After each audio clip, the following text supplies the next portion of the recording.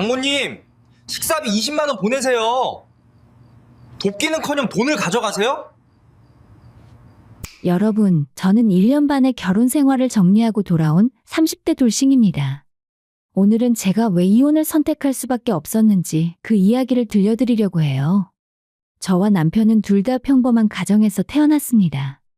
부모님께 큰 경제적 지원을 받을 수 있는 형편도 아니었고, 그렇다고 특별히 못 사는 집안도 아니었어요. 그저 평범하게 돈에 조금 아쉬운 보통 가정이었죠. 성인이 되고 직장에 다니면서부터 저는 미래를 위해 열심히 저축했습니다. 하지만 아무리 허리띠를 졸라매고 돈을 모아도 결혼 비용을 마련하기엔 턱없이 부족했어요. 물가는 날마다 오르는데 집값은 또 어떻고요? 그러기에 대출은 선택이 아닌 필수였습니다. 남편과 저 역시 결혼할 때 고민이 정말 많았어요. 양가 부모님께 지원을 받을 수 없는 상황이었기 때문에 오로지 저희 둘이 알아서 해결해야 했거든요. 둘이 열심히 모은 돈을 합쳐도 부족해서 대출을 받아야 했고 앞으로 어떻게 살아가야 할지 막막하기만 했습니다. 이런 고민은 남편이 저보다 더 심하게 했어요. 왜냐하면 남편은 정말 대단한 짠돌이였거든요. 어떻게든 절약하고 또 절약하는 스타일이었죠. 연애할 때부터 옆에서 보면 어떻게 저렇게까지 독하게 아낄 수 있나 싶을 정도였습니다. 저는 처음에 그 모습이 마음에 들었어요. 그래서 연애를 시작했고 결혼까지 결심한 거였습니다. 물론 제가 극단적인 짠돌이라서 좋아하는 건 아니었어요. 아낄 때는 아끼되 쓸 때는 쓰는 모습을 좋아하는 편이었거든요. 그런데 왜 헤어지지 않았냐고요? 사실 결혼 전에는 남편이 이 정도인 줄 몰랐기 때문입니다. 그냥 조금 검소한 편이라고만 생각했어요. 남편이 제게 잘 보이려고 본 모습을 잘 감췄던 거죠. 만약 이 정도로 지독한 짠돌이인 줄 알았다면 절대 결혼하지 않았을 겁니다. 연애할 때는 쓸 때 쓰는 편이어서 이 사람의 알뜰한 모습이 오히려 좋게 느껴졌어요. 사실 저는 돈 관리를 잘 못하는 편이거든요. 엄청 헤프게 쓰진 않지만 그렇다고 알뜰하지도 않았습니다. 노력하면 어느 정도 모이긴 하는데 생각만큼 많이 모이지는 않았어요. 갑자기 변수라도 생기면 예상치 못한 지출이 생기니까요. 남편은 저와 달리 정말 지혜롭게 돈을 썼습니다. 그 모습이 좋았어요. 둘 다 돈 관리를 못하는 것보다는 한 명이라도 잘하는 게 낫잖아요. 결혼 후에 자연스럽게 남편에게 돈 관리를 맡겼습니다. 남편도 자기가 더 잘한다는 걸 아니까 큰 불만 없이 받아들였어요. 월급을 받으면 전부 남편에게 보내고 남편이 제 용돈을 챙겨주기로 했죠. 나머지는 대출금 갚고 생활비로 쓰고 작게나마 저축하기로 했습니다. 단, 제가 원하면 언제든 가계부를 볼 수 있게 해달라고 했어요. 그게 경제권을 넘기는 조건이었습니다. 남편은 흔쾌히 알았다고 했고 그렇게 우리는 식을 올렸습니다. 정식 부부가 되고 나서 실제로 저는 남편이 주는 용돈으로만 생활했어요. 정말 알뜰하게 살려고 노력했습니다. 어느 날 남편이 그러더군요. 여보, 나중에 아이 낳으면 들어갈 돈이 많으니까 미리 대출금 갚아놔야 하지 않을까? 그러려면 줄일 수 있는 건 확 줄여야 해. 그렇게 제가 받은 용돈은 더 줄어들었습니다. 물론 남편도 저와 같은 금액으로 용돈을 썼기 때문에 불만이 생기진 않았어요. 솔직히 돈이 너무 적어서 생활하기 불편한 적이 많았습니다. 결혼 전보다 훨씬 더 아껴야 하는 상황이었으니까요. 사고 싶은 것, 먹고 싶은 것이 있어도 참아야 했어요. 결혼하고 나서 정말 많은 걸 포기했습니다. 한 번은 남편에게 말했어요. 여보, 솔직히 우리 용돈 너무 적은 거 아니야? 이 정도는 요즘 대학생들도 안 받겠어. 당신은 용돈 적은 거 안 불편해? 불편하지. 그래도 어쩔 수 없잖아. 최대한 아껴봐야지. 아낀다고 해결되는 게 아니잖아. 열심히 아끼면 뭐해? 물가가 하늘을 찌르는데. 그래도 아낄 수 있는 건 최대한 아껴보자. 불편해서 힘들 수 있어. 하지만 차라리 지금 불편한 게 낫지. 나중에 아이 키우면서 해주고 싶은 거 못 해주는 것보다는 낫잖아. 남편의 말에 저는 더 이상 뭐라고 할 수 없었습니다. 우리의 미래를 위해 조금만 참고 희생하자는데 반박할 말이 없었어요. 젊어서 고생은 사서도 한다잖아요. 나중에 아이에게 조금이라도 더 해줄 수 있는 부모가 되려면 이렇게 살아야만 했습니다. 그래, 어디 한번 이겨내보자. 그런 마음으로 버텨냈어요. 시간이 조금 지나니까 불편함도 익숙해지더라고요. 하지만 딱 하나, 다른 건 참고 살 수 있어도 딱 한 가지 마음 쓰이는 게 있었습니다. 바로 부모님께 제대로 용돈을 드리지 못한다는 거였죠. 남편은 결혼 전에도 짠돌이였지만 결혼하고 나서는 더 지독한 짠돌이가 되었어요. 기존 짠돌이보다 훨씬 더 악독한 수준이었죠. 진짜 독하게 돈을 모으기 위해 악을 쓴 셈입니다. 그렇다 보니 여행 같은 건 꿈도 못 꿨어요. 지금 우리 상황에 여행은 무슨 여행이야? 남들 하는 대로 똑같이 따라할 생각은 초저녁에 포기해. 남편은 이렇게 말했습니다. 아끼는 게 좋기는 해도 저는 어느 정도 즐기면서 사는 것도 나쁘지 않다고 생각했어요. 1년에 한 번은 콧바람 좀 쐬고 그래야 그간 고생한 것들이 보람되고 보상받는 느낌을 받을 수 있잖아요. 그런 낙이라도 있어야 힘든 생활을 버틸 수 있는 거 아닌가요? 하지만 남편은 그런 나약한 정신으로는 돈을 모을 수 없다며 절대 안 된다고 했습니다. 그래서 어쩔 수 없이 진짜 다 포기하고 살았어요. 하지만 마지막까지 자식의 도리만큼은 포기하고 싶지 않았습니다. 결혼하고 나서 제대로 된 용돈 한 번 드린 적이 없었어요. 자식으로서 용돈도 못 챙겨드린다는 게 너무 속상했습니다. 명절도 있고 생신도 있고 어버이날도 있잖아요. 이럴 때 단 얼마라도 필요한데 쓰시라고 용돈을 드리고 싶었어요. 하지만 남편은 이런 지출도 막아야 한다면서 그냥 적당한 곳에서 밥 한 끼 사드리거나 작은 선물을 사드리는 것으로 대신했어요. 명절에는 회사에서 나온 선물 세트로 대신했고요. 여기서 더 미안했던 건 양가 부모님 모두 아무 말씀도 하지 않으셨다는 겁니다. 시댁이야 남편의 알뜰한 성격을 아니까 그러려니 했고 저희 친정 부모님은 나중을 위해 저렇게 아끼며 고생하는데 뭐라도 도와주지 못해서 늘 미안해하셨어요. 용돈이고 뭐고 우린 다 필요 없다. 그저 너희들만 잘 살면 그만이야. 부모님은 이렇게 말씀하셨지만 그래도 어디 제 마음이 편하겠어요? 한 번은 남편에게 이 부분에 대해 진지하게 이야기했어요. 못해도 1년에 한 번씩이라도 용돈을 챙겨드리면 어떨까? 죽어도 안 돼. 한 번이 두 번이 되는 거야. 이건 절대 양보 못해. 남편은 단호했습니다. 부모님이 언제까지나 우리 곁에 계시는 것도 아니고 살아계실 때 잘해야 하는데 무조건 안 된다고만 하니까 너무 답답했어요. 그래서 저도 모르게 감정을 쏟아내게 되었고 그로 인해 말다툼도 여러 번 했습니다. 아무리 생각해도 이건 아닌 것 같아.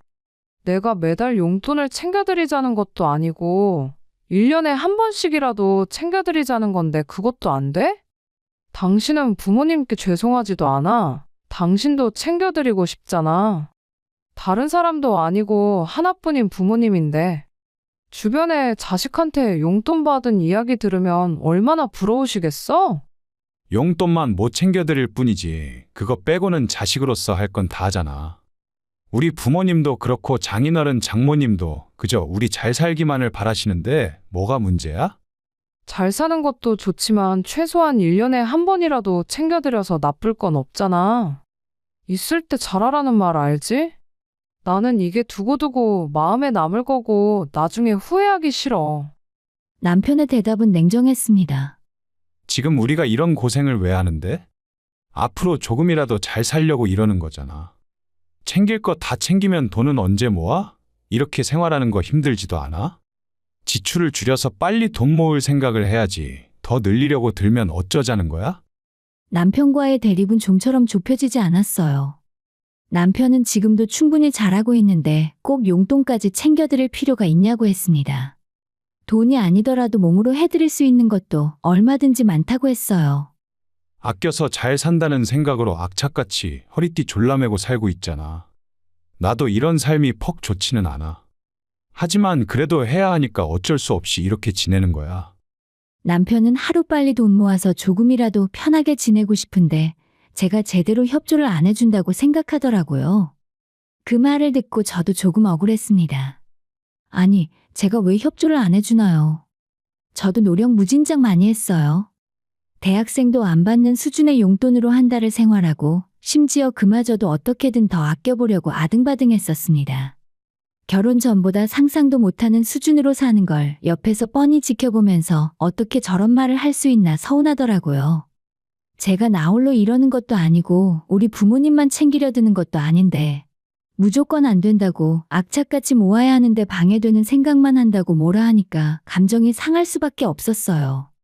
돈도 안 아끼고 흥청망청 써서 듣는 소리라면 억울하지도 않지. 나도 같이 이악 물고 노력하는데 그런 소리를 하니까 너무 속상해. 제가 이렇게 말하자 남편이 되받아쳤고 감정 싸움은 끝이 나지 않았어요. 그러다 한 번은 남편이 이렇게 말했습니다.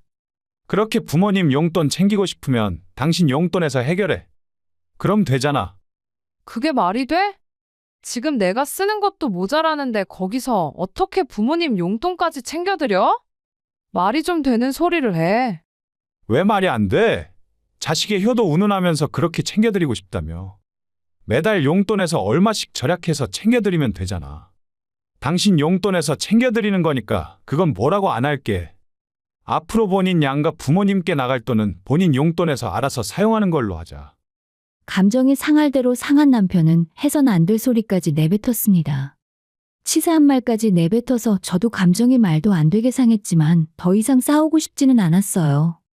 이러다가 정말 가정에 큰일이 생길 것 같았고 저뿐만 아니라 남편 역시 본인 용돈으로 시부모님을 챙기겠다고 하니 알았다고 했습니다.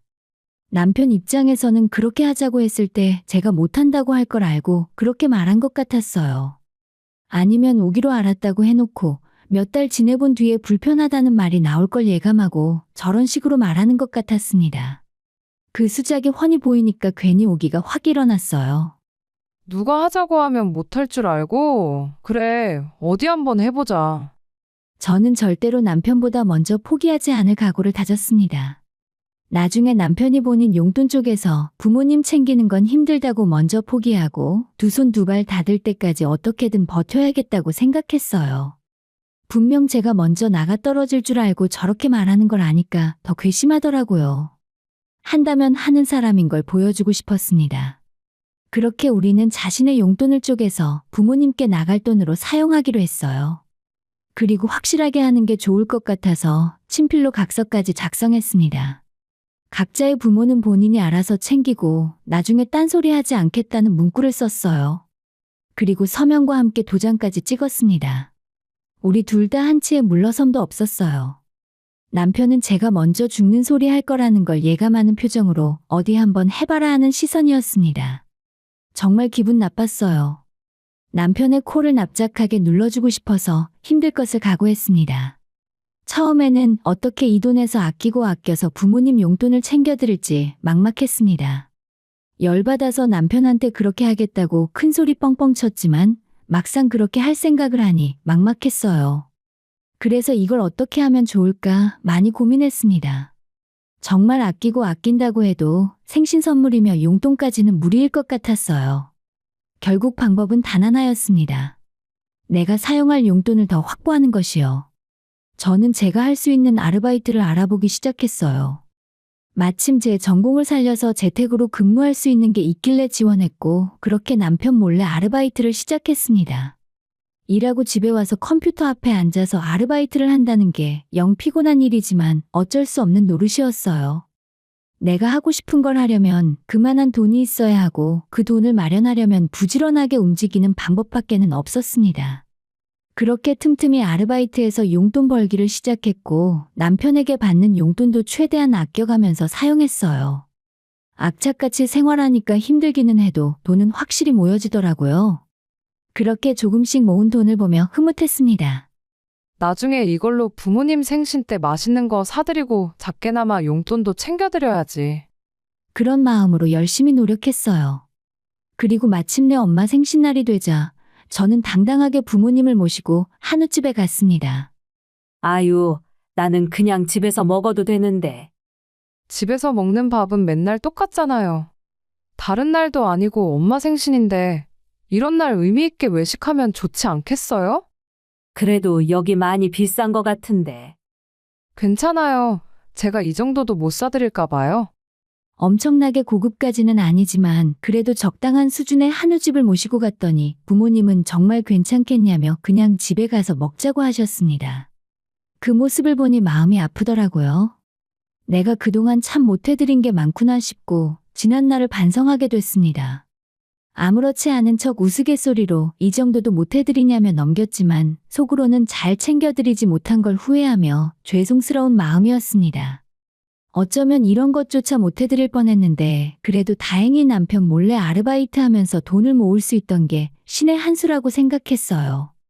이날만큼은 아무 걱정 없이 부모님과 맛있게 식사하며 행복하게 보냈습니다. 물론 남편은 왜 같이 안 왔냐고 물어보셨는데 차마 사실대로 부모님께 말씀드릴 수 없어서 그냥 회사 일이 바빠서 못 왔다고 둘러댔어요. 괜히 남편이랑 같이 왔다가 당신이 무슨 돈으로 비싼 소고기를 사드렸어? 어떻게 그 적은 용돈을 모아서 고기도 사드리고 용돈도 드릴 수 있냐고. 이상하게 여길까봐 안 데려왔고 또 각자 알아서 효도하자고 했으니까 굳이 같이 안 가도 상관없었습니다. 그래서 같이 가자는 말도 안 했고 남편도 가겠다는 말이 없으니 잘 됐다고 생각했어요. 아무튼 바쁘다고 대충 둘러댔으니 부모님은 그런가 보다 하고 고개를 끄덕이셨습니다. 그래도 장모 생신인데 오지도 않고 연락 한 통 없으면 조금 그럴까봐 남편이 준 돈으로 맛있는 고기 사드리는 거라고 말을 했어요. 그렇게 일이 순조롭게 넘어갈 줄 알았는데 의도치 않은 곳에서 사건이 터지고 말았습니다. 부모님과 좋은 시간을 가진 다음 날 대뜸 엄마가 전화로 남편이 이상한 말을 했다면서 이게 맞는 거냐고 물어보셨어요.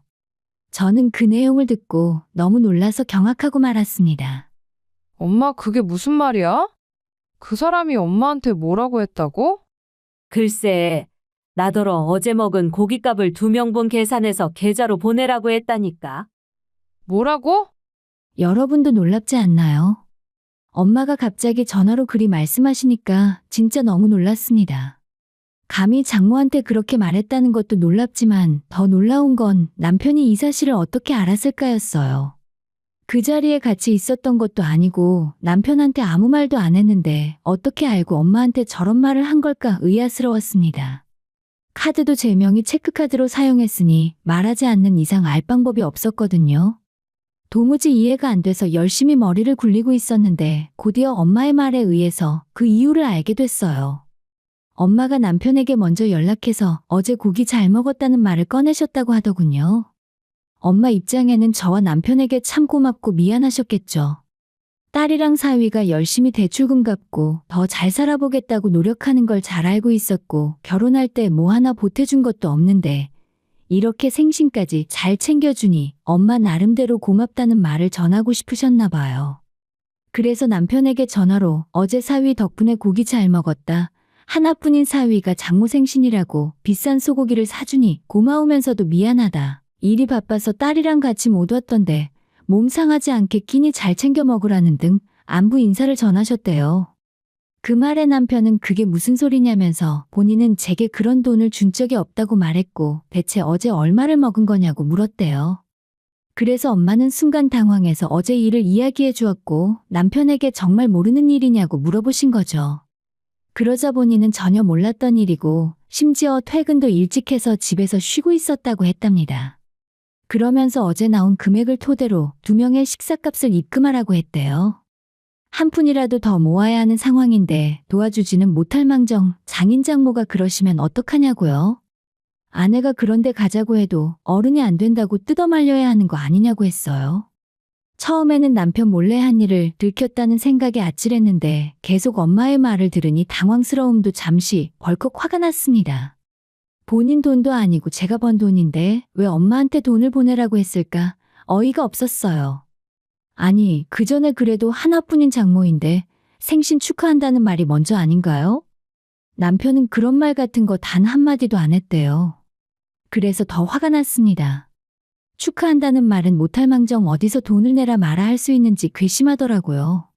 한편 엄마는 이게 무슨 일이냐고 조심스레 물어보셨습니다. 분명 어제 사위가 준 돈으로 사주는 거라고 하지 않았니? 왜 우리한테 그런 거짓말을 한 거야? 그 말에 차마 뭐라고 답을 해야 할지 막막했습니다. 솔직히 입이 안 떨어졌어요. 왜냐면 그렇게까지 제가 고생하고 노력한 걸 알면 엄마가 많이 속상해하실 게 뻔했기 때문이죠. 하지만 거짓말이 마땅히 생각나지 않았습니다. 그렇다고 사실대로 털어놓는 것도 아닌 것 같아서 일이 생겨서 통화를 오래 못할 것 같다고 나중에 말씀드리겠다면서 전화를 급히 끊었어요. 일단 이렇게 시간을 벌어놓고 어떻게 말씀드리면 좋을지 생각하고자 했습니다. 그리고 그날 저녁 퇴근하자마자 남편과 한판 하려고 벼르고 있었죠. 남편이 집에 들어오자마자 저는 이게 어떻게 된 일이냐, 당신이 왜 우리 엄마한테 그런 말을 했냐고 따졌습니다.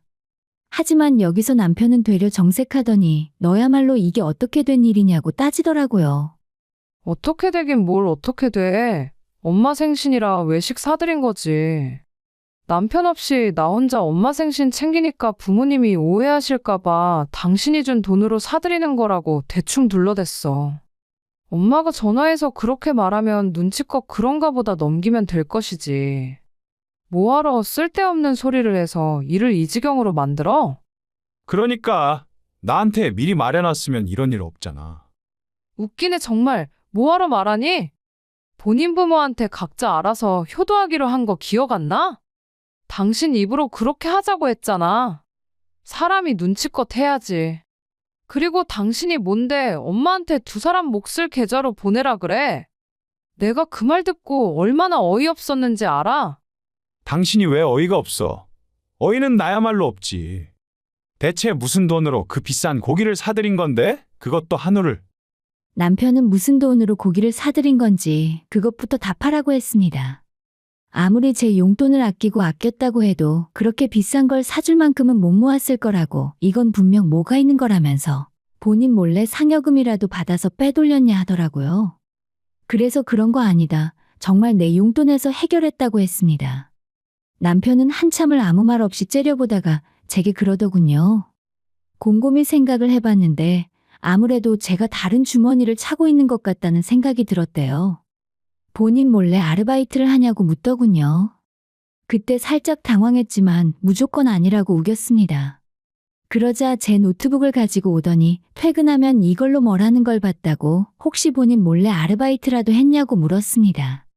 사실은 저 없을 때 뭐 하는지 궁금해서 뒤져봤다 하더라고요. 왜 남의 노트북을 허락 없이 뒤져? 부부인데 살펴보면 안 돼? 아내가 뭘 하는지 궁금하니까 남편으로서 살펴본 건데 그러면 안 돼? 뻔뻔하게 나오더니 사실대로 말하라고 하길래 하는 수 없이 이야기했어요. 그래, 퇴근하고 아르바이트 했어.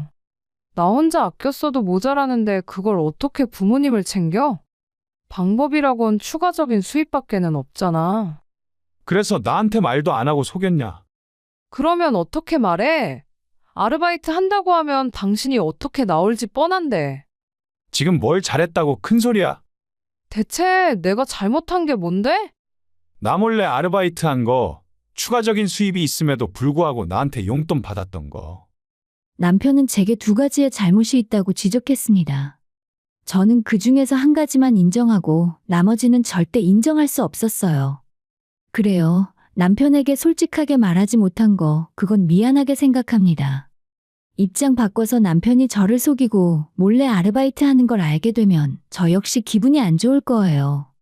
하지만 어쩔 수 없는 선택이었습니다. 저라고 말 안 하고 비밀로 하는 게 좋았겠어요? 말하지 않은 건 남편이 어떻게 나올지 뻔히 알았기 때문이에요. 짠돌이 중에 왕짠돌이. 그 인간이라면 아르바이트에서 벌어들이는 추가적인 수익까지 몽땅 내놓으라고 했을 겁니다. 안 봐도 비디오죠. 아니면 아르바이트 하니까 그만큼 제게 용돈을 안 주겠다고 했을지도 몰라요. 어떻게 나올지 잘 알기 때문에 말할 수 없었어. 그렇게 이야기했더니 역시나 당연히 그렇게 해야 하는 거 아니냐고 하더군요. 제 예상이 맞았습니다. 어느 정도 알고 있었지만 막상 그 말을 실제로 들으니까 진짜 경악스러웠어요. 어떻게 저런 사고를 할 수 있을까? 이해가 안 됐습니다. 그래서 그런 식으로 표현하니까 남편은 되려 제가 이해가 안 간다고 했어요. 우리는 서로를 이해하지 못했습니다. 그러면서 또 돈돈거리기 시작했어요. 당신은 어떻게 그리 이기적이야? 나는 조금이라도 아껴보려고 아등바등 노력하는데 어떻게 날 속이면서까지 장인 장모님을 챙길 수 있어? 나라고 효도 안 하고 싶겠어? 나도 당신처럼 우리 부모님께 비싼 소고기 사드리고 싶어. 용돈도 챙겨드리고 싶고. 하지만 우리의 미래를 위해서 참는 거잖아. 앞으로 조금이라도 잘 먹고 잘 살고 싶어서 이렇게 노력하는데 협조를 안 해주면 어쩌자는 거야? 추가적인 수입 있으면 보탤 생각을 해야지. 대출은 빨리 안 갚을 거야? 대체 언제까지 이러고 살 건데? 아르바이트에서 번 돈을 보태지 않았다고 해서 대출금이 계속 불어나는 것도 아니고 직장에서 받는 월급은 다 남편한테 보내서 열심히 협조하고 있는데 그렇게 말하니까 너무 서운했습니다. 웃긴 건 본인은 힘들다고 아르바이트조차 생각하고 있지 않으면서 저한테는 아르바이트한 돈까지 내놓으라고 하니까 이게 무슨 도둑놈의 심보인가 싶었어요. 우리 부부의 벌이가 그렇게 차이나지 않습니다. 비슷비슷한 수준이죠. 그렇다고 남편이 저보다 더 일이 많은 것도 아니에요. 저희 둘 다 야근은 별로 없고 제 시간에 칼퇴합니다. 비슷한 수준으로 월급 받고 비슷하게 퇴근하는 상황에서 저는 제 시간을 잘 활용하여 조금 더 노력했을 뿐이에요. 그렇게 버는 추가적인 수입은 오로지 제 거 아닌가요? 그러나 남편은 그 또한 부부 공동의 재산이라고 주장했습니다.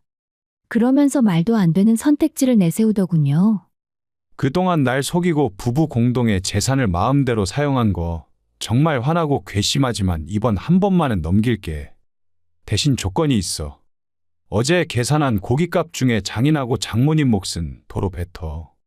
뭐라고? 그걸 어떻게 뱉어? 내 용돈에서 제외하기라도 하겠다 이거야. 그런 방법도 있지만 싫으면 장모님께 받아와. 그럼 해결되잖아. 당신 정말 미쳤어? 정도껏 해야지. 지금 이게 뭐 하자는 거야?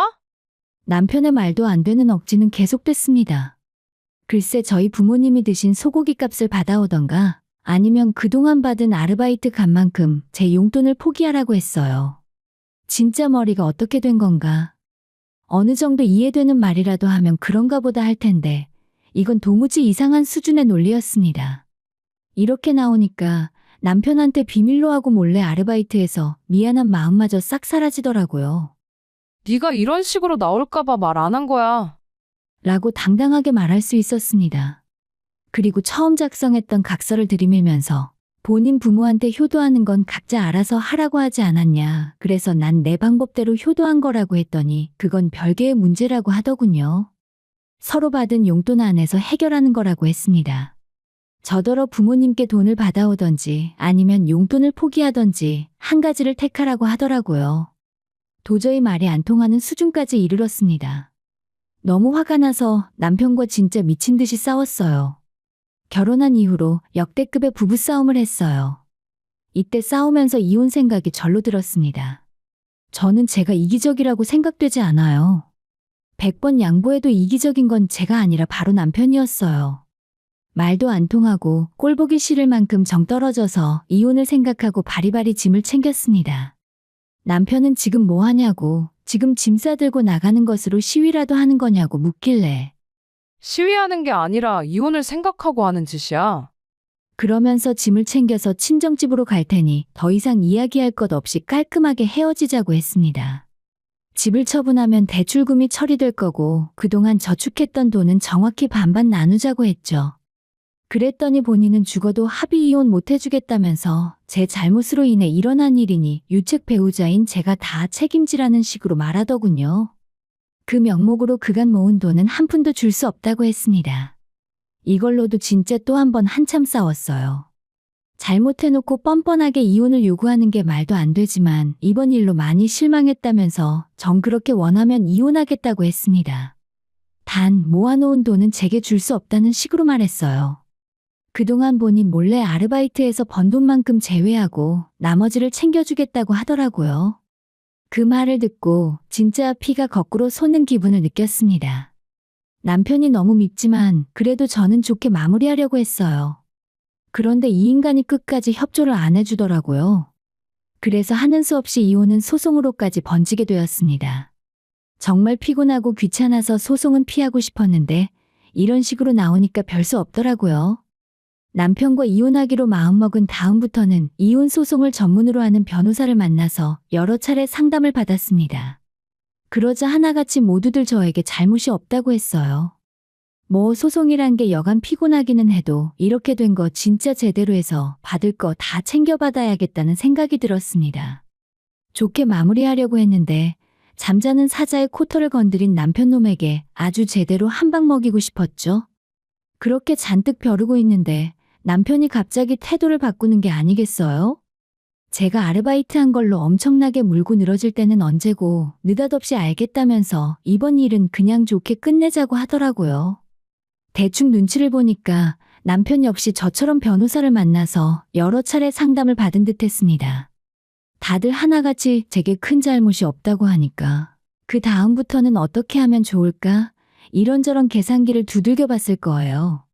소송해봤자 돈만 더 나가고 좋을 거 없으니 그냥 좋게 화해해야겠다라고 생각한 듯 했습니다. 갑자기 제 잘못을 다 용서해주겠다면서 그냥 화해하고 다시 잘 지내보자고 하더라고요. 하지만 제가 그 제안을 받아들였겠어요? 미안하다고 잘못했다고 무릎 꿇고 싹싹 빌어도 받아줄까 말까 하는 상황에 용서해준다는 말을 하고 앉아있으니 받아들이겠냐고요.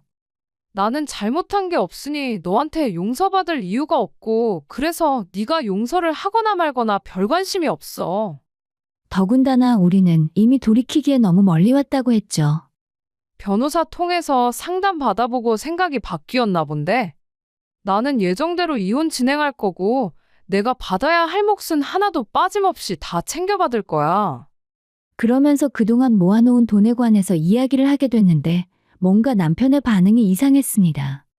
자꾸만 같이 모은 돈을 쥐고 안 주려는 듯한 느낌을 받았어요. 마치 그 돈에 무슨 일이라도 생긴 것 같은 느낌이었습니다. 순간적으로 싸한 느낌이 딱 들었어요. 여자의 촉은 무시 못한다고 하잖아요. 그래서 남편한테 통장을 보여달라고 했습니다. 그간 언제든지 볼 수 있었지만 남편을 믿기 때문에 굳이 확인 안 했는데 이참에 한번 살펴봐야겠다 싶더라고요. 그런데 남편의 반응은 더 격해졌어요. 보여주기 싫다면서 자꾸만 피했고 그로 인해 제 의심만 커져갔습니다. 아무래도 안 되겠다는 생각에 직접 내 눈으로 확인해 봐야겠다는 생각이 들었습니다. 그래서 남편 몰래 지갑에서 카드를 빼서 곧장 ATM 기계가 있는 곳으로 향했어요. 같이 돈을 모은 통장은 남편의 명의였고 비밀번호는 우리 결혼 기념일이었습니다. 떨리는 마음으로 통장 잔액을 확인했습니다. 그리고 저는 거기서 놀라 자빠질 뻔했어요. 글쎄 통장 속 잔액이 제가 생각했던 것보다 훨씬 적더라고요.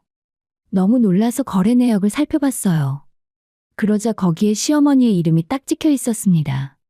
확인해보니 남편은 매달 시어머니에게 월 100만 원씩 보냈더라고요. 머리끝까지 화가 난 저는 카드를 들고 남편에게 가서 따졌습니다. 방금 카드로 통장 잔액 확인했어. 당신 시어머니한테 매달 100만 원씩 보냈던데 이거 뭐야? 그랬더니 뭐라고 한 줄 아세요? 처음에는 말을 얼버무리다가 나중에는 옳게 왔구나 하는 표정으로 체념하더니 제게 사실대로 털어놓더군요. 글쎄 매달 저 몰래 시어머니에게 생활비 보조 명목으로 100만 원씩 용돈을 주고 있었대요. 여기서 제 인내심은 폭발하고 말았습니다. 제가 아르바이트해서 번 돈이라고 해봐야 100만 원도 안 돼요. 그걸로 나한테 엄청 뭐라고 해놓고 정작 본인은 뒤로 100만 원씩 시부모님께 용돈을 드리고 있었다니. 웃긴 건 제 돈으로 말이죠. 그러니까 우리 엄마한테 고깃값 2명분 입금하라는 소리는 말도 안 되는 일이었죠. 너무 화가 나서 고래고래 소리치며 화를 냈습니다. 이번 일은 절대로 그냥 넘길 수 없다고 했고 도저히 용서가 안 된다면서 소송을 불사하는 한이 있더라도 횡령죄까지 적용해서 더 받아낼 거라고 했습니다. 나는 너 몰래 추가적으로 일을 해서 번 돈이지만 너는 함께 모으기로 한 돈을 내 허락 없이 마음대로 쓴 거라서 이건 명백한 범죄야. 변호사 통해 이 부분을 상담했더니 법적으로 충분히 해볼 만하다고 해서 이 일을 남편에게 알렸습니다. 그러자 똥줄이 탄 나머지 친정집으로 쫓아와서는 그제야 무릎 꿇고 미안하다고 싹싹 빌더라고요. 엄마 생신 때 축하 연락 한 통 없었고 집으로 찾아오지도 않았는데 이혼 소송하고 제가 횡령죄로 걸겠다고 했더니 그제서야 찾아오는 꼴이 참 웃겼습니다. 남편이 그렇게 미안하다고 손이 발이 되게 싹싹 빌었지만 곱게 보이지 않았어요. 그냥 상대할 가치가 없다고 여겨졌습니다. 저뿐만 아니라 저희 부모님 역시 남편을 괘씸하게 바라보셨어요. 이혼하기로 마음먹고 짐을 챙겨서 친정집으로 들어간 날, 저는 부모님께 남편과 있었던 일을 다 말씀드렸습니다. 먼저 부모님께 거짓말한 걸 어떻게 설명해야 하나 골치 아팠는데 이혼하기로 마음먹은 이상 숨길 이유가 전혀 없더라고요. 물론 제 이야기를 듣고 많이 속상해 하실 거라는 걸 알고 있었지만 마땅히 숨길 변명거리가 떠오르지 않았고 또 숨긴다고 한들 그건 역시 정답은 아닌 것 같아서 그냥 사실대로 말씀드렸어요. 그러자 부모님은 뭐 그런 놈이 다 있냐면서 사람 그렇게 안 봤는데 참 치졸하고 찌질하다고 화를 내며 오만 욕을 다 하셨어요. 남편이 제 앞에서 무릎 꿇고 미안하다고 쩔쩔매는 모습을 잠자코 지켜보셨습니다. 남편은 계속해서 제게 매달렸지만 저는 상대하기 싫어서 그만 돌아가라고 했어요. 남편이 끝까지 꿈쩍도 안 하고 버티자 가만히 보고 있던 부모님께서 나섰습니다. 남편은 절박했는지 장인어른 장모님, 한 번만 용서해 주십시오. 소리를 해대면서 부모님께까지 매달렸습니다. 제발 한 번만 도와주십시오. 생각하시는 거 잘합니다만 이 사람 마음 돌릴 수 있게 한 번만 도와주십시오. 잘못한 거 앞으로 잘하면서 갚겠습니다. 저희 부모님이 바보도 아니고 그렇게 말한다고 도와줄 게 아니잖아요. 부모님은 속 시원하게 너 같은 놈은 사위고 뭐고 필요 없다면서 두 번 다시 우리 앞에 얼쩡거리지 말라고 하셨습니다. 그렇게 신랑이 끝에 겨우 밖으로 쫓아냈고 남편에게 오는 연락은 다 무시했어요. 그리고 저는 남편에게 괜찮은 조건을 제시하며 이혼을 마무리 지었습니다. 소송한다면 제가 이길 게 분명하겠지만 저는 하루빨리 그 인간과 모든 걸 끝내고 싶었습니다. 소송에 시간과 돈을 들이면서 질질 끌고 싶지 않았어요. 그래서 남편에게 오래 끌어봤자 손해보는 건 너니까 그냥 좋게 내 제안을 받아들이라고 했습니다. 소송으로 끝을 봤다면 더 많이 받아낼 수 있었겠지만 조금 덜 받더라도 빨리 마무리하고 싶었어요. 그렇다고 터무니없이 낮은 금액을 제시한 건 아닙니다. 남편이 시댁에 멋대로 보낸 금액을 전부 반환하고 거기에 위자료 1,000만 원만 이야기했습니다. 끝까지 소송으로 갈 수도 있었지만 이쯤에서 좋게 해결할 기회를 줬으니 남편 입장에서는 나쁠 게 없다고 생각했어요. 어차피 이혼은 정해져 있는데 계속 돈 들여서 질질 끌면 뭐하나요? 역시나 짠돌이인 남편이 그 많은 걸 감당할 리 없었습니다. 제 조건을 마지못해서 받아들였고 그렇게 우리는 이혼했습니다. 믿었던 남편에게 배신당하고 돈으로 쪼잔하게 군 행동에 정이 다 떨어지고 이혼하니 허무하기도 하고 떨떠름한 마음에 씁쓸한 미소를 짓기도 했지만 그래도 이혼하기를 잘했다 싶어요.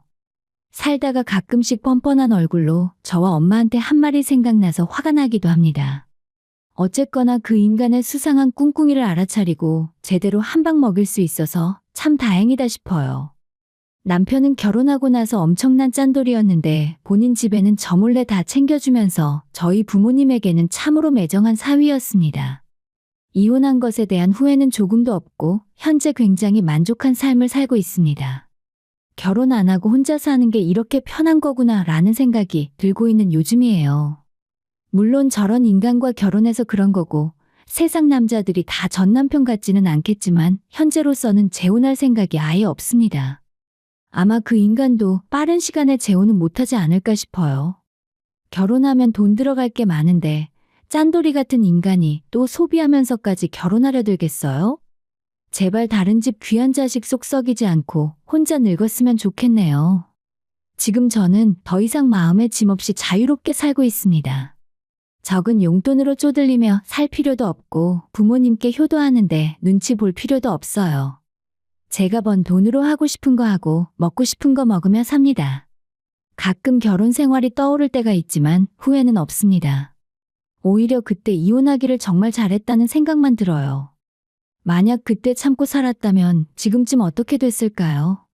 아마 평생 남편의 눈치를 보며 부모님께 제대로 효도도 못하고 살았을 겁니다.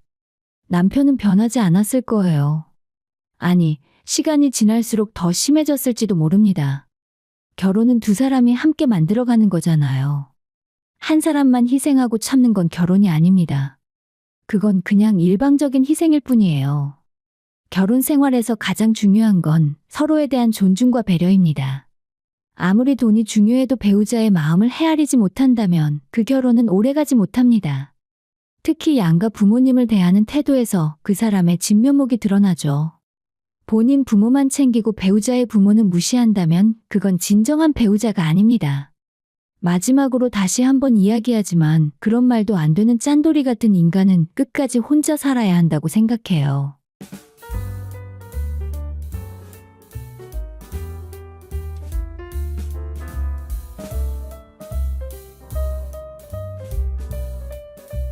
저는 경기도에 살고 있는 평범한 30대 여성입니다. 평범하게 살아왔기에 제 이야기를 이렇게 글로 남기게 될 줄은 몰랐습니다. 남들과 다르지 않게, 특별하지 않게 그렇게 살아왔는데 결혼이라는 큰 전환점에서 삶이 조금씩 뒤틀리기 시작했어요. 저는 착한 남편이라고 믿었던 사람과 결혼했습니다. 그의 다정한 모습과 친절한 말투, 무엇보다도 저희 친정 식구들에게 잘하는 모습을 보며 이런 사람이면 평생 함께 살아도 좋겠다고 생각했죠. 하지만 시간이 지날수록 그 착함은 진심이 아니라 어쩌면 귀가 얇은 사람이 가진 무른 성격의 결과일지도 모른다는 생각이 들기 시작했습니다. 남편은 주변 사람들의 말을 쉽게 믿었고 본인의 판단 없이 휩쓸리곤 했습니다. 경제관념도 너무 없어서 보증을 서거나 돈을 함부로 다루는 일이 많았어요. 참을 수 없이 답답했고 저는 점점 감정적으로 지쳐갔습니다. 시어머니는 자기 아들이 세상에서 제일 잘났다고 믿는 분이셨습니다. 며느리의 생일은 아무렇지 않게 지나가도 본인의 생일을 챙기지 않았다는 이유로 저를 나무라며 너는 우리 집 며느리 자격이 없다. 우리 아들에겐 너 같은 며느리는 과분하다. 그래서 제가 이렇게 말했습니다. 그럼 어머님 아드님 수준에 맞는 며느리를 구하세요. 우리 부부는 결혼 준비를 오롯이 둘이서 했습니다. 양가에서 어떤 지원도 받지 않기로 했고 시댁도 별다른 언질이 없었어요. 친정은 비교적 여유가 있었지만 마침 시골 땅 문제로 돈이 묶여버린 바람에 우리 두 사람의 힘으로 결혼을 치렀습니다. 결혼하고 한 달쯤 지났을 무렵 시댁에 제사가 있다는 걸 알지 못한 채 평소처럼 회사 일을 마치고 늦은 시간에 퇴근했더니 시어머니의 표정은 싸늘했어요. 알고 보니 남편이 제게 제사 이야기를 깜빡한 겁니다. 오늘 제사인데 음식 준비는 나 혼자 하라고? 하시던 어머니의 목소리는 아직도 잊히지 않습니다. 제가 미리 알았더라면 연차를 내고 도왔을 텐데 그날은 일이 많아서 늦게 끝나는 바람에 그럴 수도 없었죠. 결국 그날 아무 말도 하지 않고 조용히 음식 그릇을 옮겼습니다. 남편은 연애할 때 말했어요. 우리 집 재산은 결혼하면 없어질 거야. 엄마가 예전부터 그랬어. 며느리 생기면 다 없앤다고. 그리고 저는 그 말을 믿었습니다. 저도 친정에 제사가 많아서 익숙했기에 크게 걱정하지 않았지만 시어머니는 전혀 없앨 생각이 없으셨습니다. 결국 1년에 6번이나 되는 제사에 단 한 번도 빠지지 않고 참석하게 됐죠. 그럼에도 불구하고 제가 시댁 일을 열심히 하려 했던 이유는 남편 때문이었습니다. 그는 친정에 정말 잘했거든요. 어느 날엔가 커다란 박스를 들고 와서는 장어 좀 샀어. 장모님 요즘 기운 없으시잖아. 몸보신 좀 시켜드리려고. 라며 미소를 지었습니다. 그러다 말하더군요. 우리 엄마한테도 좀 가져다 드릴까? 남편은 본인 어머니의 기질을 잘 알고 있었습니다. 그럼에도 그는 참으로 묻어냈고 제 입장에서 보면 착하다기보다는 너무 무른 사람이었어요. 그저 좋은 사람으로 남고 싶었던 건지 아니면 누군가의 아들, 누군가의 남편이라는 역할에 충실하려다 보니 중심을 잃어버린 건지도 모르겠습니다. 시댁에 가면 항상 어머님의 목소리만 들렸습니다. 그만큼 시아버님은 말씀을 거의 안 하시는 분이셨어요. 항상 조용하게 그저 고개만 끄덕이는 모습은 어머님께 눌려서 하는 것처럼 보이기까지 했습니다. 시댁에서 일어나는 크고 작은 모든 일은 어머님의 말 한마디로 결정되었고 아버님은 그저 따르는 쪽이었죠. 남편이 친정에 너무 잘했던 터라 저는 그런 시어머니의 성격이 마음에 들지 않더라도 참고 시댁에 잘하려고 노력했습니다. 시댁 일에 손을 보태고 밥을 차리고 설거지를 하는 건 당연하다고 생각했고 그 정도는 기꺼이 할 수 있다고 생각했죠. 하지만 시어머니는 한마디로 옛날 사람이었습니다. 며느리는 말없이 시키는 일을 다 해야 한다고 믿는 그야말로 며느리를 종처럼 대하시는 분이었죠. 아이러니하게도 어머님도 한때는 딸이자 며느리셨을 텐데 왜 그렇게 저에게만은 가혹하셨는지 이해가 가지 않았습니다. 결혼한 지 얼마 되지 않았을 때 시댁 행사에 참석한 자리에서 어머님은 제게 이렇게 말씀하셨습니다. 시댁이란 원래 이런 곳이다. 멀뚱멀뚱 서 있지 말고 얼른 앞치마 두르고 주방으로 들어가. 명절에는 무조건 우리 집 먼저 오는 거야. 요즘 애들처럼 처가에 먼저 간다. 어쩐다 그런 소리 나한텐 말도 안 되는 일이다. 결혼했으면 남편 말 듣고 사는 게 당연하지. 저는 조용히 고개를 끄덕였지만 속으로는 깊은 한숨을 삼켜야 했습니다. 시대가 바뀌었는데 어머님은 여전히 시댁이 우선이라는 규범을 절대적인 진리처럼 말씀하셨어요. 친정과 시댁을 번갈아가며 명절을 챙기자는 이야기는 절대 용납되지 않았죠. 살다 보면 때로는 서로 맞추고 이해하려는 노력도 필요하다고 생각하지만 어머님의 말도 안 되는 요구들 앞에서는 저도 더 이상 고분고분할 수만은 없었습니다. 못하겠다는 말도 종종 했고 어머님 말에 거역하기도 하다 보니 저는 어느새 기가 센 며느리가 되어 있었습니다. 오늘 퇴근하고 좀 건너와라. 어머님, 오늘은 약속이 있어서요. 무슨 약속? 친구들은 나중에 만나고 퇴근하고 바로 와. 그날 어머님이 하신 부탁은 다름 아닌 저녁에 본인이 약속을 나가셔야 하니 아버님 저녁을 챙겨달라는 것이었습니다. 저는 이미 친구들과 오랜만에 만날 약속이 있었고 그래서 남편을 대신 보내겠다고 말씀드렸죠. 하지만 돌아온 말은 이랬습니다. 우리 아들은 하루 종일 일하고 힘들게 퇴근하는데 뭘 보낸다고 그래? 너네 회사가 더 가깝잖아. 결국 어머님은 자기 할 말만 하고 전화를 끊으셨고 다음날 아무렇지도 않게 또 전화를 하셨습니다. 시어머니의 감정 기복은 언제나 예고 없이 찾아왔고 하루가 멀다 하고 감정의 줄다리기를 해야 했어요. 어느 장단에 맞춰야 할지 늘 고민스러웠습니다. 특히 시어머니는 체면을 중요하게 여기셨습니다. 다른 며느리들의 행동을 자주 언급하며 저와 비교하셨고 제 진심은 번번이 의심당하곤 했죠. 어느 날 저는 요즘 유행하는 꿀스틱을 예쁜 상자에 담아서 시댁에 들고 갔습니다. 이게 뭐냐? 꿀이에요. 요즘 이렇게 스틱으로 나와서 드시기 편하실 것 같아서요. 이거 진짜 꿀 맞아? 양도 너무 적네. 내 친구 며느리는 올 때마다 입이 떡 벌어지게 선물 사온다던데. 너는 고작 꿀이 뭐냐? 그 말을 들으며 마음 한구석이 시리도록 허전했습니다. 저는 나름대로 정성을 담아 준비했는데 시어머니에게는 늘 부족한 며느리였나 봅니다. 반면 남편이 뭔가를 사서 드리면 어머님은 그런 핀잔 한마디 없이 좋아하시기만 하더라고요. 자, 엄마도 하나 드셔봐요. 싫어. 맛있는데요? 어때요? 진짜 꿀 맞죠? 그래, 맛은 있네. 그렇게 마무리되곤 했지만 어머님의 눈빛은 언제나 제가 뭔가 더 말하기를 기다리는 것 같았습니다. 하지만 그럴 때마다 다행히 남편이 옆에 있어서 상황은 거기서 멈추곤 했죠. 시어머니를 이해하지 못했던 가장 큰 이유는 본인은 아무것도 하지 않으시면서 대접만 받으려고 하셨기 때문이었습니다. 저는 직장을 다니고 있었고 그만큼 시간적 여유가 많지 않았어요.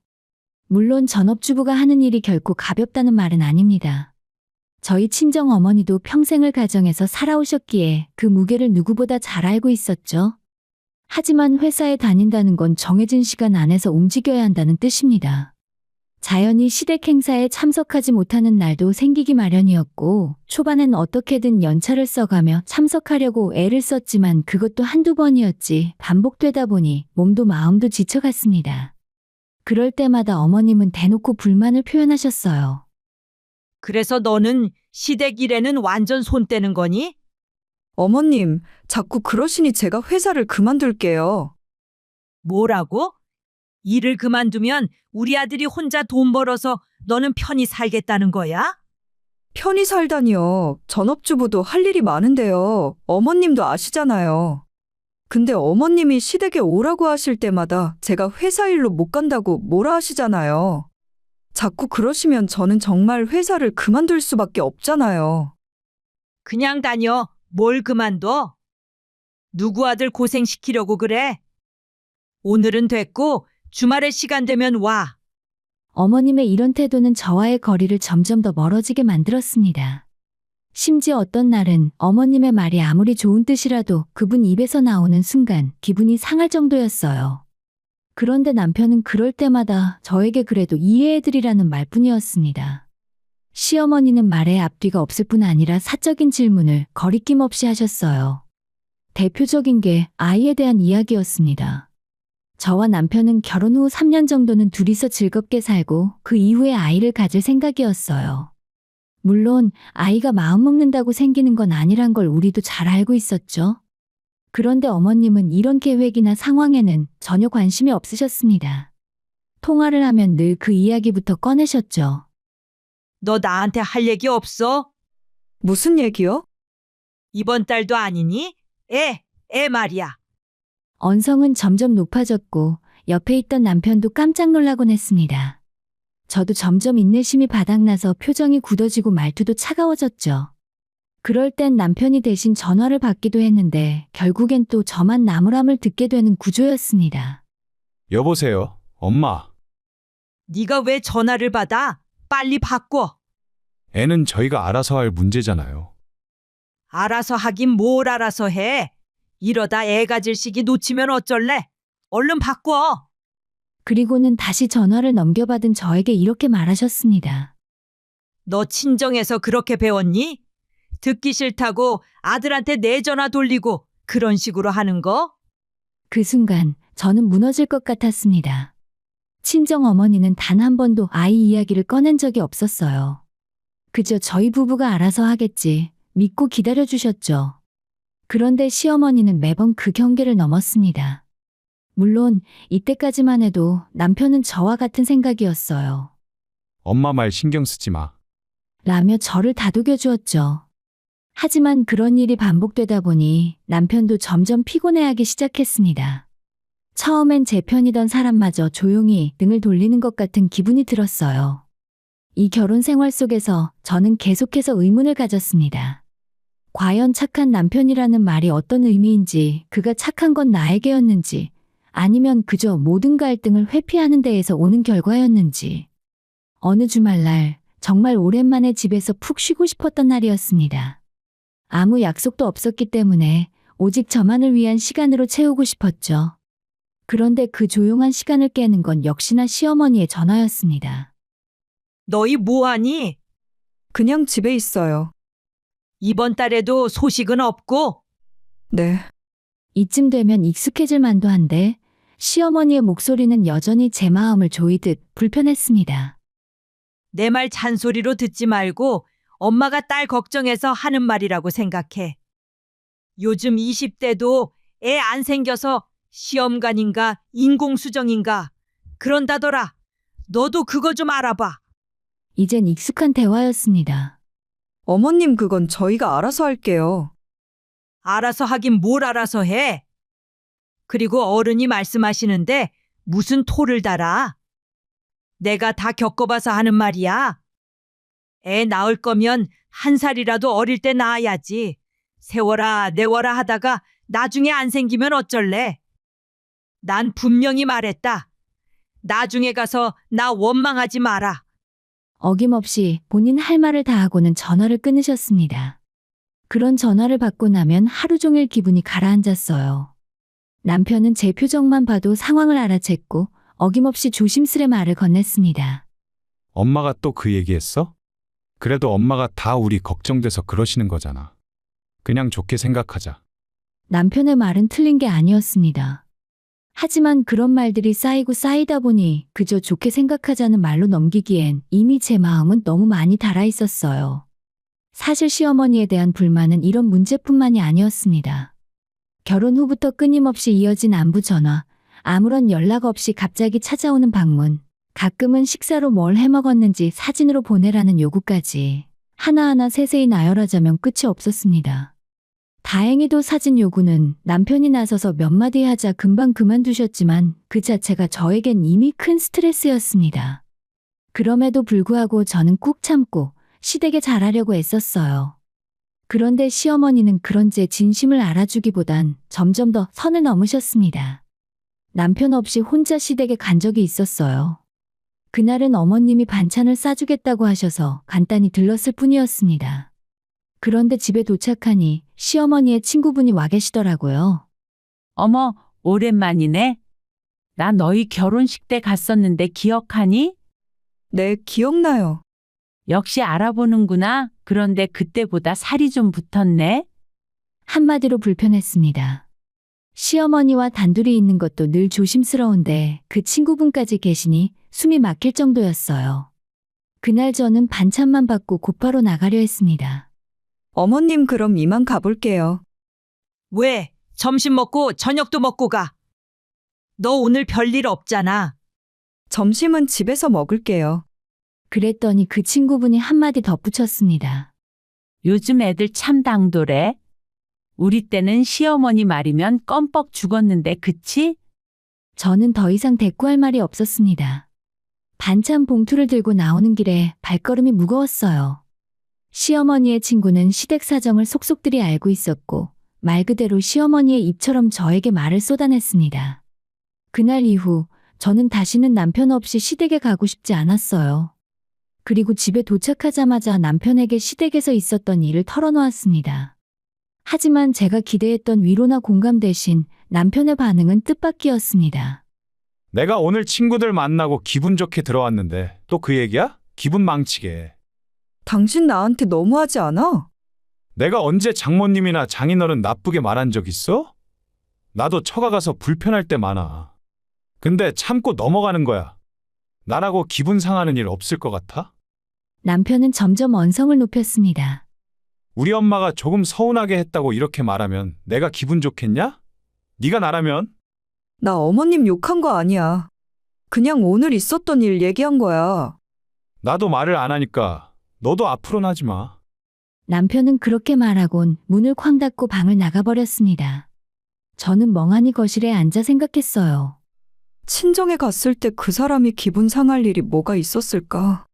아무리 곱씹어도 저희 엄마는 남편에게 단 한 번도 상처 주는 말을 한 적이 없었습니다.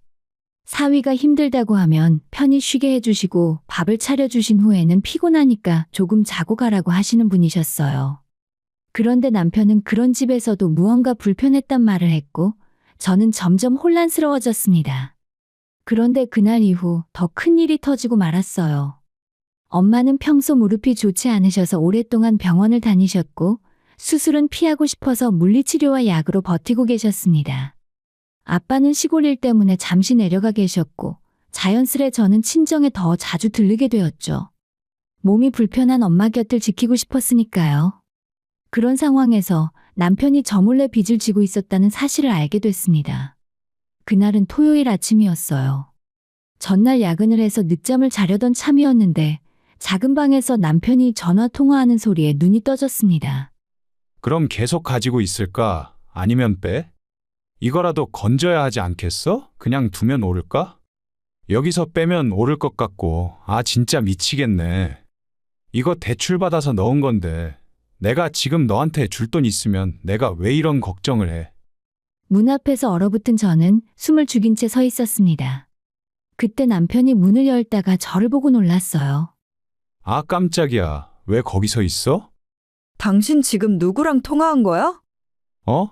아, 내 친구 동훈이 알지? 그냥 그 친구야. 무슨 얘기길래 그렇게 조심조심 얘기해?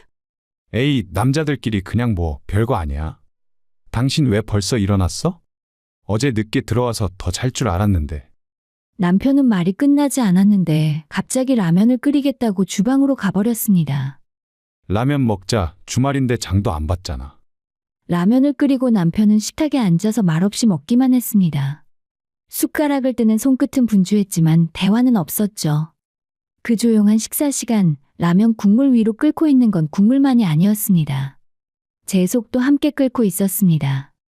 차오르던 분노, 실망, 배신감, 그것들이 김처럼 천천히 피어올랐어요. 남편의 전화통화에서 분명히 대출이라는 단어를 들었습니다. 이상하다 싶어 조심스럽게 물었죠. 지금 대출 받았다는 얘기한 거야? 대출? 무슨 소리야? 당신 잘못 들은 거 아냐? 내가 무슨 대출이 있어? 남편은 태연하게 라면을 먹으라며 말을 돌렸습니다. 라면은 이미 불어가고 있었고 그보다 내 머릿속은 이미 무겁게 뒤엉켜 있었어요. 문이 닫힌 방 안에서 은밀히 주고받던 대화. 이것도 대출받아서 넣은 거라는 말, 내가 잘못 들었을 수도 있겠지 생각했지만 아니었습니다. 분명히 주식이나 투자 같은 말들이 오갔고, 이거라도 건지자는 말도 똑똑히 들었죠. 하지만 남편은 끝까지 아니라고 했고, 저는 더는 묻지 않았습니다. 왜냐하면 지금은 엄마가 더 중요한 상황이었으니까요. 내가 병원까지 데려다 줄까? 아니, 나 혼자 금방 다녀올게. 엄마는 무릎 수술을 하셨지만 물리치료와 기본적인 간병, 간단한 식사 준비 정도만 도우면 되었어요.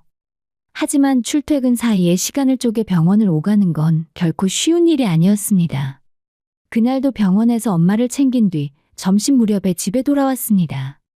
그런데 집안은 정적이 흘렀고 남편은 소파에서 코를 골며 자고 있었어요. 평소 낮잠을 거의 자지 않던 사람이었기에 어쩐지 낯설고 이상했습니다. 그러던 중 남편의 휴대폰에서 알림음이 반복적으로 울리기 시작했습니다.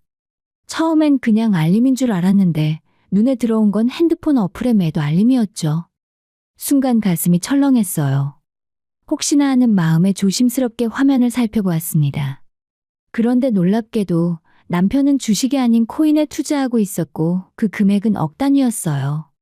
이건 감당하기엔 너무 큰 액수였습니다. 우리는 맞벌이 부부였지만 대단한 소득이 있는 건 아니었어요.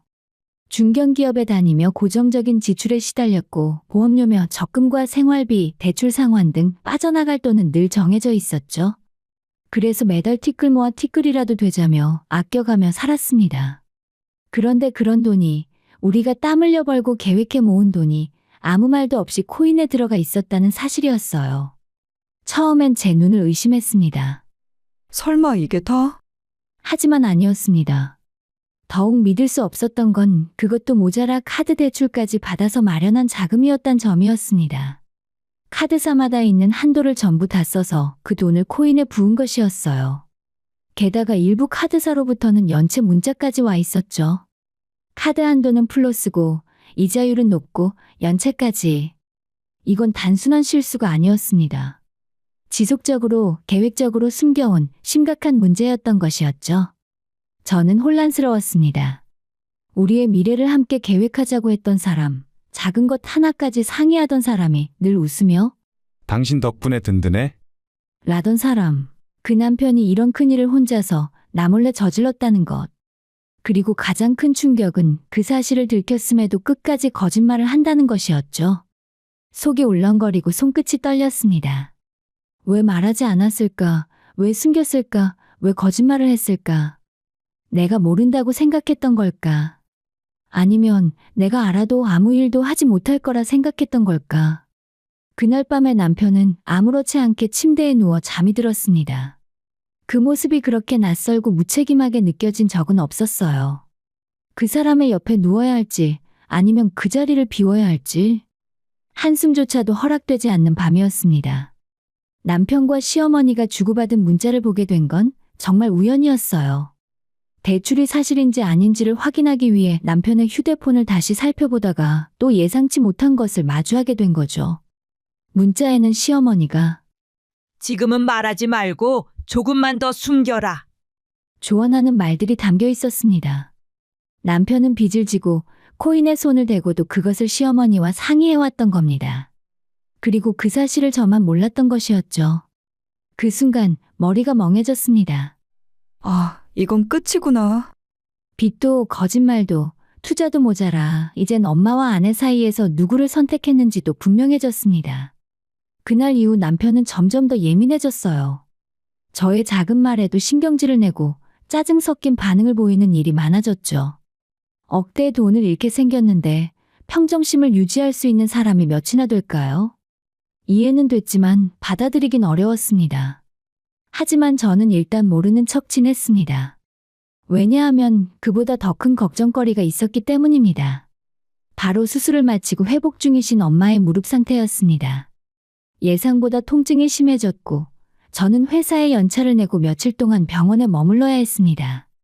정신없이 병원을 오가며 엄마를 간병하는 동안 깜빡 잊어버린 날이 있었죠. 바로 시어머니 생신이었습니다. 사실 시어머니와 사이가 좋은 편은 아니었지만 저는 항상 기분 도리는 하려고 했습니다. 말이 많고 감정적이신 분이지만 그래도 며느리로서 해야 할 자리는 지켰다고 생각했으니까요. 하지만 이번에는 정말 완전히 까맣게 잊고 말았습니다. 그날 저녁, 엄마와 병원 식당에서 간단히 저녁을 먹고 있는데 시어머니에게서 전화가 걸려왔어요. 그리고 전화기 너머에서는 언제나처럼 다짜고짜 소리부터 들렸습니다. 너 지금 어디야?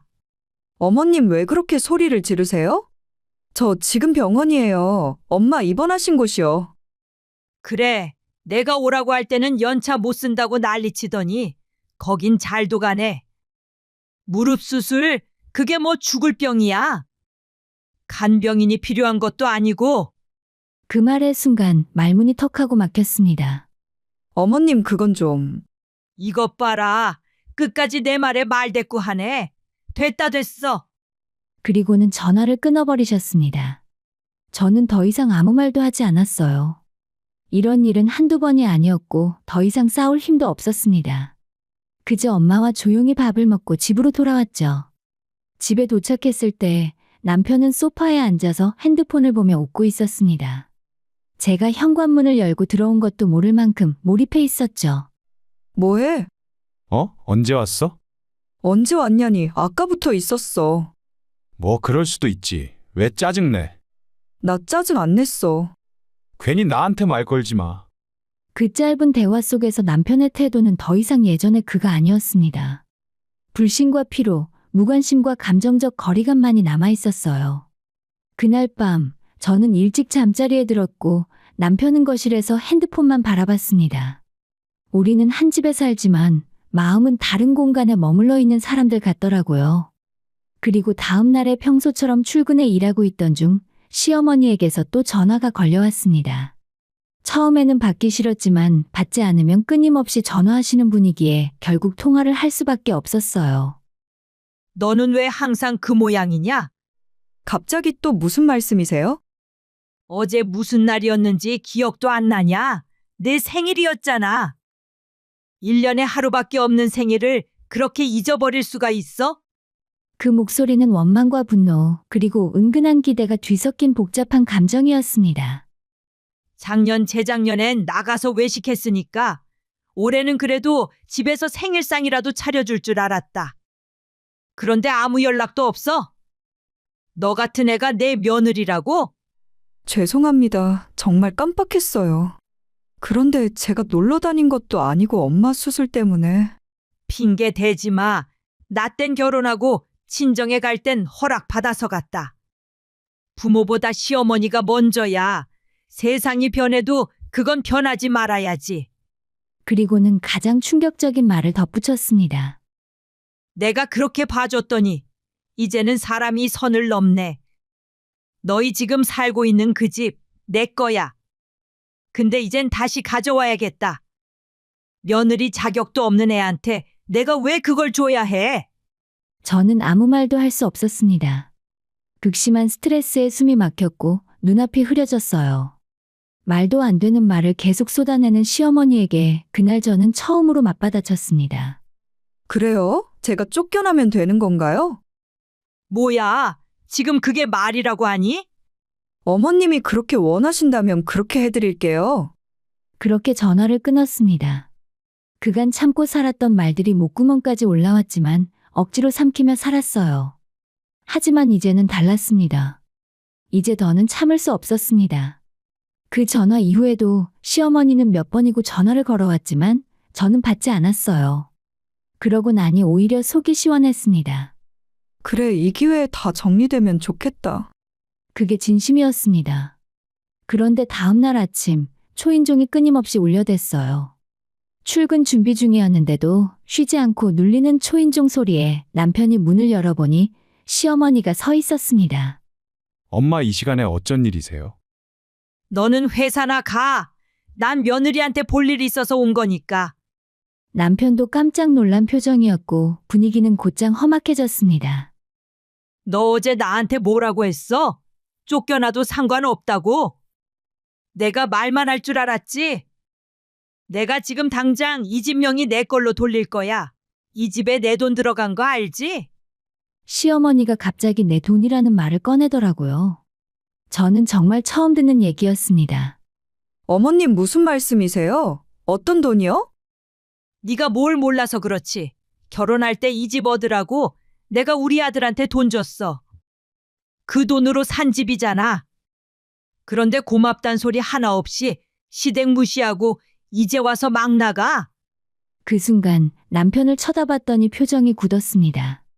아, 돈을 받은 건 사실이구나. 그런데 나한테 말을 안 했구나. 뭐야 당신 시댁에서 지원 하나도 안 받았다며? 그게 우리 돈에 엄마가 조금 보태줬던 거야. 그게 뭐 그렇게까지 문제라고는 생각 안 했어. 남편의 그 대답에 제 안에 무언가가 무너졌습니다. 그동안 어머님한테 한 푼 안 받았다고 자신 있게 말해놓고선 뒷돈 받아서 집 산 거였어? 그래서 당신한테 집 명의를 넣어줬잖아. 그 말에 시어머니는 목소리를 높였습니다. 명의가 왜 며느리 명의야? 내 아들 단독으로 되어 있어야지. 어머님 말씀 조심하세요. 이 집은 제 돈도 들어갔어요. 애초에 공동 명의로 시작했고 남편이 제 이름으로 돌린 거예요. 뭐라고? 그게 말이 돼? 네가 무슨 수작을 부린 거야? 수작이라뇨. 모든 건 어머님 아들이 동의한 겁니다. 어머님은 화가 머리끝까지 났는지 얼굴까지 시뻘겋게 달아올라 부들부들 떨더라고요. 당장 이 집에서 짐 싸서 나가. 네, 안 그러셔도 나갈 겁니다. 근데 오해하셨네요. 뭐? 제가 말한 건 이 집에서 나간다는 게 아니라 이 집구석에서 이혼하고 나가겠다는 말이었어요. 뭐라고? 이혼? 더 이상 어머님의 며느리로 살고 싶지 않습니다. 며느리도 아내도 아니에요, 이제. 그리고 마지막으로 덧붙였습니다. 어차피 이 집 명의는 제 이름이에요. 시어머니는 말문이 막힌 듯 아무 말도 못했고 남편은 그저 고개를 떨군 채 침묵했습니다. 알고 보니 남편은 시어머니에게 받은 돈으로 처음 투자를 시작했던 것이었습니다. 문제는 그 돈도 이미 다 날렸다는 것이었고 애초에 저에게 한마디 상의도 없었다는 것이었어요. 시어머니가 저에게 막말을 쏟아내자 그제야 남편이 입을 열었습니다. 엄마, 그 돈 사실 제가 쓸 데가 있어서 조금 썼어요. 어디다 썼다는 거야? 그 돈이 적은 돈이니? 친구가 투자하라고 했어? 남편은 더 이상 말을 잇지 못했습니다. 어머님, 아들이 그렇게 살아왔다는 거 모르셨죠? 아마 어머님이 주신 그 돈도 이미 다 날렸을걸요. 야, 너 지금 무슨 말을 하는 거야? 조용히 안 해? 그날 저는 결국 출근도 하지 못했습니다. 시어머니가 집에서 나가지도 않고 계속 말도 안 되는 소리들을 해댔으니까요. 저는 참아왔던 걸 모두 말했습니다.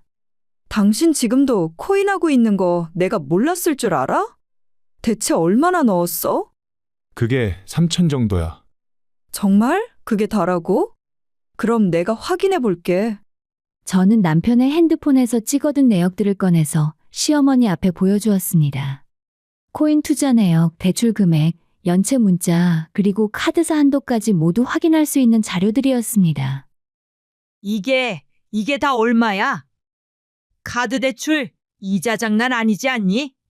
왜 아니에요. 은행 대출보다도 몇 배는 더 높죠. 남편은 말끝을 흐리며 변명처럼 말했습니다. 초반엔 올랐었어요. 진짜로. 조금만 기다리면 돼요.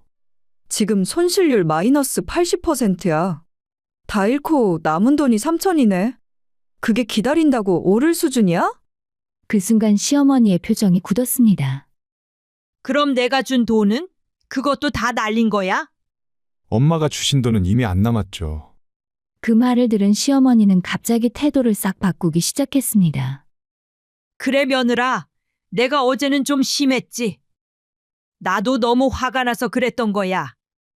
이번 일은 그냥 넘어가자. 부부가 살다 보면 다 그런 일 있는 거지. 이런 일로 갈라선다는 게 말이 되니? 저는 말없이 그녀를 바라봤습니다. 진심은 전혀 느껴지지 않았어요. 그건 당장의 위기를 모면하려는 억지 미소일 뿐이었습니다. 그게 아니라 어머님, 제가 이혼을 생각하는 건 단순히 돈 때문이 아니에요. 그럼 뭐 때문이니? 부부 사이의 신뢰가 깨졌기 때문이에요. 어머님의 아들은 지금 거짓말을 밥 먹듯 하고 가정을 위험에 빠뜨리고 빚을 숨기며 살아왔어요. 그걸 제가 다 감당할 수는 없는 노릇이잖아요. 사실 시어머니는 아직도 자신이 준 돈이 다 어디에 쓰였는지 정확히는 모릅니다. 그 돈을 주식으로 잃었는지 코인 투자로 날아갔는지. 저는 그게 더 무서웠습니다. 사실을 알아도 인정하지 않으려는 사람들. 그리고 그런 사람들 속에서 나만 미쳐가는 삶을 살아야 했다는 것이었죠. 사실 남편의 핸드폰을 보다가 저는 시어머니와 남편이 주고받은 문자를 보게 되었습니다. 거기엔 친정이 가진 시골 땅을 두고 언젠가는 제가 상속받을 거란 기대와 그래서 처가에 잘해두면 나중에 편하다는 계산된 말들이 있었어요. 남편은 말했습니다. 그래도 내가 장모님 장인어른한테 잘한 건 진심이었어. 그 말이 예전엔 따뜻하게 들렸지만 이제는 의도된 호의였다는 걸 알게 되었을 뿐입니다. 진심이라 믿었던 말들, 감사해했던 행동들, 그 모든 것들이 계산 아래에 놓여 있었던 것이라면 저는 더 이상 그 사람을 사랑할 수 없었습니다. 저는 참 많은 걸 참고 참 많은 걸 속으로 삼키며 살아왔습니다. 하지만 이제는 아니었습니다. 말씀대로 제가 이 집구석에서 나가드릴게요. 어머님 아들하고 똑같은 수준의 며느리 꼭 얻으시길 바랍니다. 남편은 그제야 진심을 꺼내들며 울고불고 매달렸습니다. 제발 이혼만은 하지 말자. 한 번만 도와줘. 이번 한 번만. 하지만 저는 이미 너무 많은 한 번을 넘겨왔습니다. 시어머니는 제 바짓가랑이를 붙잡고 매달렸어요. 제발 이혼 안 한다고 말해. 나 이제 너한테 전화도 안 하고 집에도 안 올게. 생일상도 필요 없어. 왜 당연한 걸 선심 쓰듯 말씀하세요? 어머님께서 그렇게 살아보셨다면 그런 삶이 어떤 건지 아시잖아요. 왜 저한텐 그걸 강요하셨어요? 그 말을 끝으로 저는 시어머니의 손을 뿌리치고 집을 나섰어요. 그날 점심이 다 되어서야 겨우 출근을 했고 하루 종일 시어머니와 남편의 전화가 끊이지 않았습니다. 하지만 저는 한 통도 받지 않았어요. 그 후로 저와 남편은 정식으로 이혼 절차를 밟았습니다.